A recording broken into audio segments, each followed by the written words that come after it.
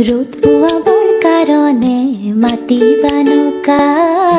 ৰ'দ পোৱাবৰ কাৰণে মাতিবা নৌকা ওলাই দেখোন আহিলে ৰহতৈৰে যা লগে লগে লৰি আহিল সেউপিহঁতৰ মাক পাহাৰ বগাৰ নামি আহিল ডালিমেৰে যা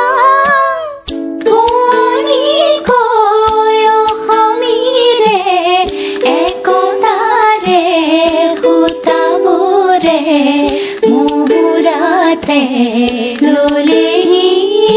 পাক ও আইতা আইতাও এনে আটা নাচনি তাতে নাতিনিৰে বিয়া অসম আকাশ পোহৰ হ'ব